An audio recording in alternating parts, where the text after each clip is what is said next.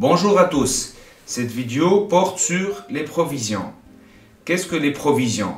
Les provisions constituent des amoindrissements jugés réversibles non définitifs de la valeur du patrimoine. Ces amoindrissements n'ayant pas, à la différence constatée par l'amortissement, un caractère définitif. Il sera nécessaire au cours des exercices ultérieurs de modifier ces provisions en fonction des derniers faits connus.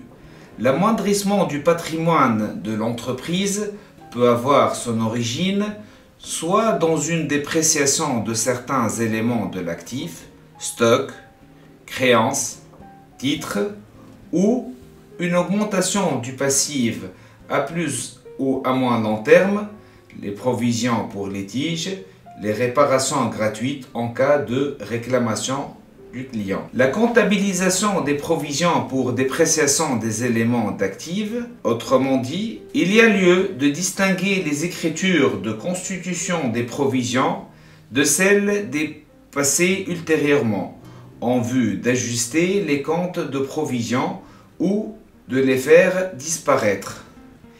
Il faut porter ainsi le compte dotation aux provisions au débit et créditer le compte provision pour dépréciation.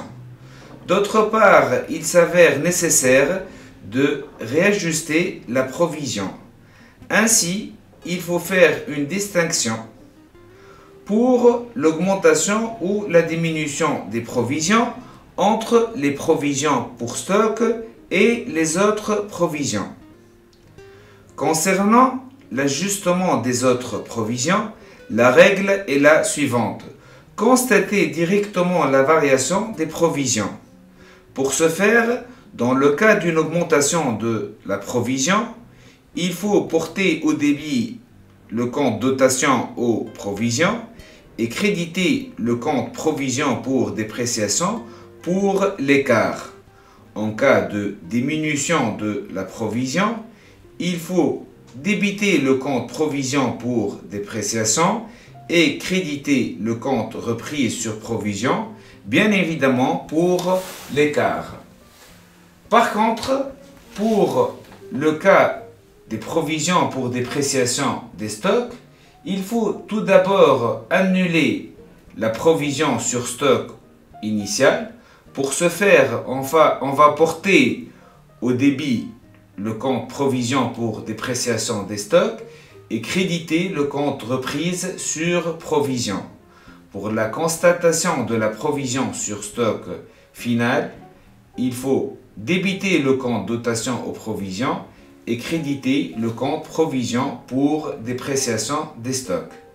Finalement, la disparition des provisions pour dépréciation peut avoir deux causes. Soit il n'existe plus aucune diminution de valeur probable de l'élément d'actif concerné, soit lors de la sortie du bien de l'actif, cession ou mise au rebut, ou lors de l'encaissement définitif de la créance.